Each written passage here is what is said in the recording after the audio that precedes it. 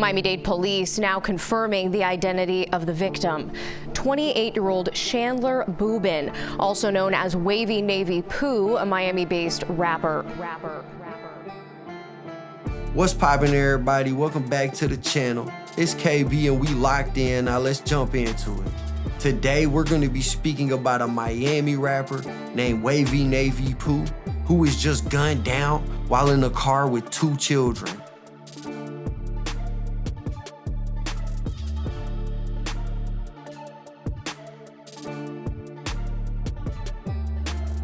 Wavy Navy Pooh, real name Chandler Boybin, was a 28-year-old rapper from Miami who was starting to bubble. Wavy was from the Brownsville neighborhood of Miami, also known as Brown Sub.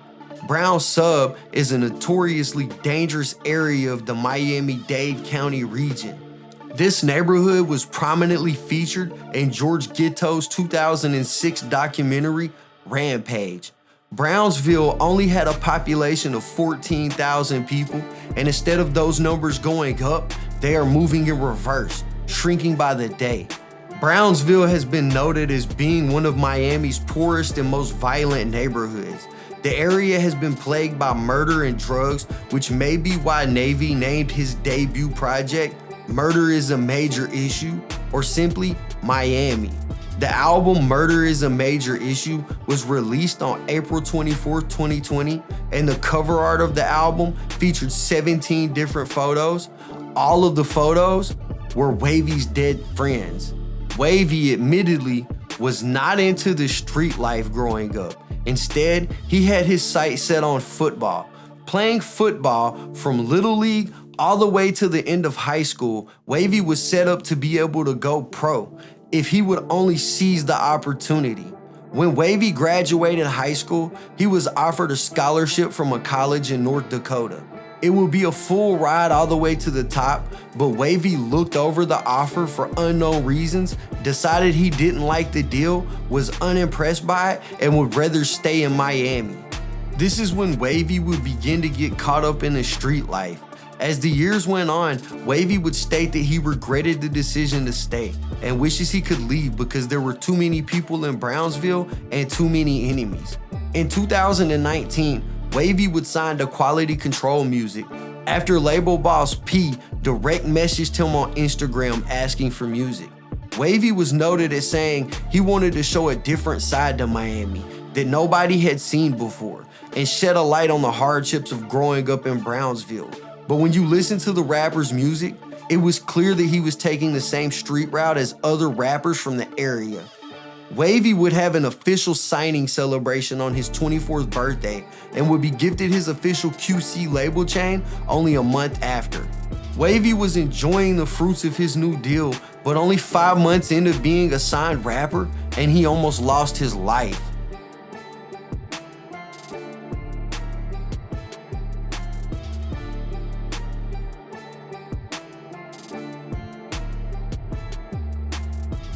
May 21st, 2020, Wavy is riding in his 2019 Mitsubishi Outlander alongside a 2014 Lincoln MKS in the West Little Village of Miami. Gunfire could be heard in the neighborhood as 5 people in total were shot. 2 of the people who were in the Lincoln were shot, and it's unclear if they survived. The vehicle Wavy was in was also shot multiple times, and all 3 men inside were hit. Whoever did this had astonishing aim because they literally hit everybody. Wavy would pull up to the Jackson Memorial Hospital, which was 15 minutes away from where the shooting took place. Multiple bullet holes can be observed in the back of the Mitsubishi, and the entire window had been shot out. The men would tell investigators what happened, be treated for their wounds, and released. The incident only worked as a tool to intensify Wavy's street activity and ramp up the beefs he already had. Wavy's beef with another rapper out of Miami's Pork and Beans projects would begin to escalate at this point. The other rapper, known as Fred Rari to his hood, was previously documented as being a very violent personality throughout the notorious neighborhood that he came from. The Pork and Beans project is located in a part of Miami known as Liberty City. Liberty City is another small subdivision of Miami, just like Brown Sub, but Liberty City's violent crime rate is 223% higher than the national average.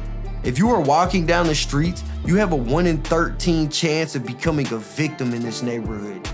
Fred Rari was arrested at 15 years old for a murder charge that he caught. The details of the incident aren't readily available because Fred Rari was under the age of 18 when it happened. Rari would sit in the juvenile detention center, eventually being transferred to the Dade County Jail. For 28 months, Fred would have to sit down and fight these charges. The prosecution had a star witness in this case named Demetrius Jones. The case against Rari would eventually be dropped altogether as the star witness Demetrius Jones was found by the court to be not credible.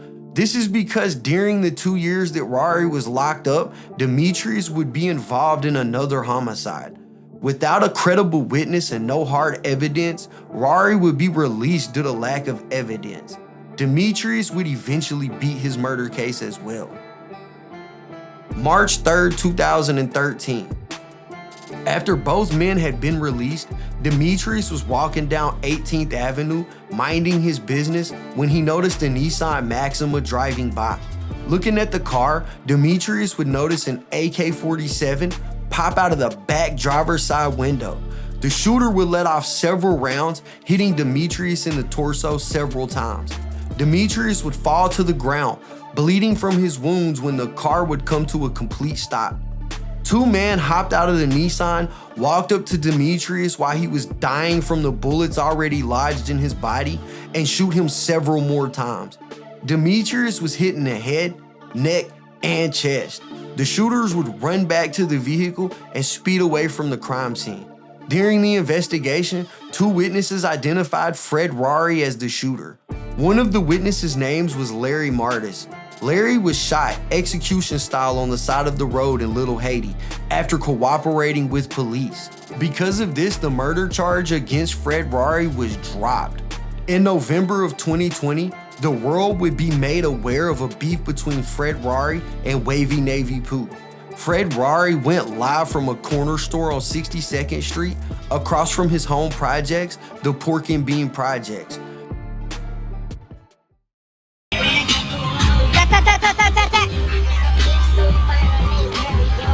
Piss me the fuck off, nigga. Huh? See where the fuck I'm at, nigga. Huh? Huh? Play, man. Where we at, man? Where we at, man? Hey, man, we right on that free, man. Huh? Yeah. To the neck of my hood. Show me what we living like. I don't care. Within 2 hours, Wavy Navy Pooh would pull up and go live from his ops block at the exact same location where Rari recorded his video and would get disrespectful towards Rari, dissing him and his homies. In the same video, Wavy can be seen asking several of the shop's customers, "Where Rari at? Where Rari at?" In the same video, Wavy can be heard asking, "Where CP3 at? Where CP3 at?" You already know where we at with it. Where y'all flossing ass niggas at, man? You already know, man. Stop saying no scum shit, man. You heard me? Excuse me, po ass nigga.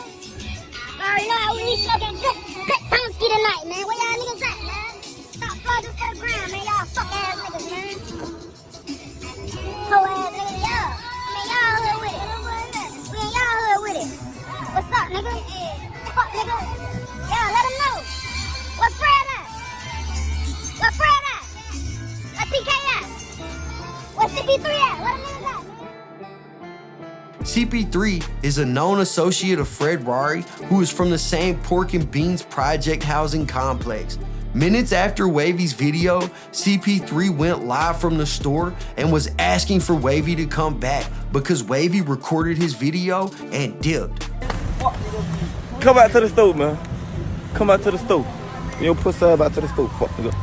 On the thing, tell her come back to the store, man. Flies in that bitch ass nigga. I keep living like that. Fuck nigga, you know what the guy want. In February of 2021, Takari Harris, also known as 1300 TK, was gunned down while at his mother's house. TK was a close associate of Fred Rari's and CP3's. They all came from the same projects. Not even a week after TK's death, Wavy released a single titled Sliding, where he would talk about the recent murders and shootings that had taken place. A few months after these events, Wavy would drop a Back in Blood freestyle video where he would make reference to trying to catch Rari at the store. In April, Wavy would receive a feature from Moneybagg Yo on his song Money on My Head. This is Wavy's biggest song to date.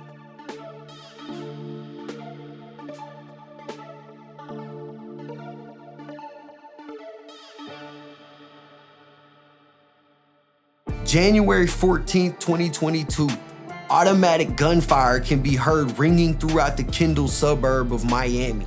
At around 5:30 in the evening, police began to receive calls detailing what had happened. On 122 Avenue and 152nd Street, a Toyota Camry sat across from Zoo Miami. Sitting at a red light inside of the car was a man, a woman, and 2 children, ages 1 and 5. A red Lexus pulled up beside the Toyota, rolled down the window, extended an automatic rifle out of the car, and let off over 80 shots. In the front passenger seat sat the 1-year-old in his car seat. It was his birthday and the family were out celebrating. Luckily, the child was not physically injured in this incident because the driver of the car acted as a shield, absorbing all of the bullets that went through the front of the car. He was pronounced dead at the scene of the crime and was later identified as Wavy Navy Pooh. Nobody else was injured during this shooting. Wavy Navy Pooh came from Miami and had a promising childhood. Him and the people around him thought he was destined to live out his life as an all-star athlete, but fate had different plans. After squandering his first opportunity to leave Miami before he even got involved in the streets, he had a second opportunity. When he signed to QC, he had the perfect opportunity to get out of the streets, but it already had a hold on him. Without the streets, Wavy would have never been able to get signed, so it makes some sense that he would want to stay affiliated. But you don't have to still be in the streets to still be affiliated with the streets. Wavy could have still used his street stories for raps, escaped the streets, and nobody would have been any wiser. On top of squandering his opportunity to leave Miami, he intentionally instigated more beef by dropping diss songs, pulling up to his ops block, and just in general, being a gangster instead of being a rapper, and that cost him his life. No arrests have been made in the murder yet, so we don't know who is responsible, but for the people close to this, they say they seem to only be blaming one person, and that's Wavy himself.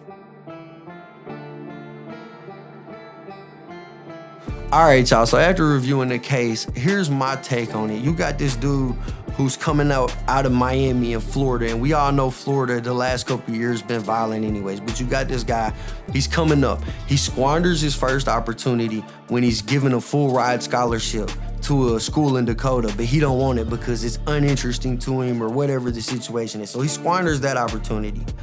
God graces him or whatever it is, and he gets a second opportunity. QC signs him.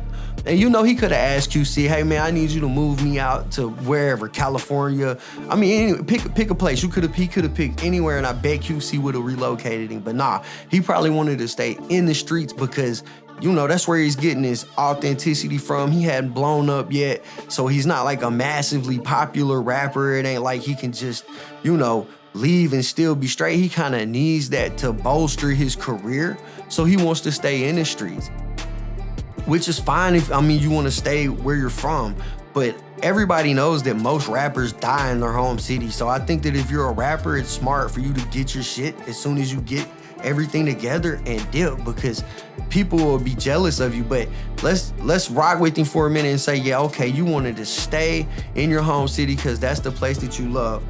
Cool, you still don't have to be in the streets. You're a rapper now. You should be focusing on that, focusing on doing shows. You got great management with QC. You got all the opportunity in the world. You should be focusing on the career, not the street shit. Instead, you're pulling up to people's blocks, you know, by yourself is what it looked like. Maybe you had a homie or two with you, but you instigating that beef, you know what I mean, with the dude who's a known murderer. Witnesses keep getting hit on his cases. It just overall seems like this Wavy Navy Pooh guy, it just overall feels like he brought that energy into this world, and so that energy took him out. You live by the gun, you die by the gun. He said that he wanted to inspire his community and rap about the hardships, but when you go play his music, when you listen to it, it's the same song every time that we hear. It's about killing, drilling, dealing, that thing, you know what I mean? That's what it's always about on all these songs. So if that's what he really wanted to do, I think that he failed to make the impact that he wanted. Granted, he wasn't at the height of his career yet, and maybe he was doing the drama stuff to get his career bubbling.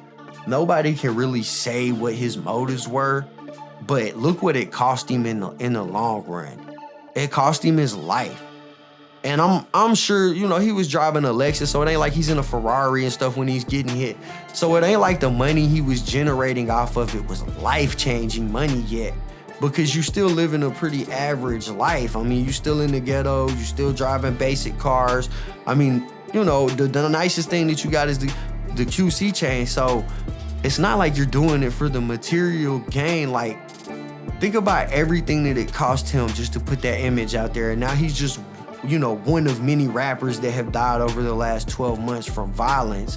And in a couple of months, people might not even remember this story, but that's what I'm here to do, is bring a little bit of light to it. So that is it for the video today, guys. If you enjoyed the content, be sure you hit the like button, subscribe, leave a comment, hit the notification bell so you can be notified anytime I upload a video, man. Anyways, it was fun rocking with y'all, man. I'm out.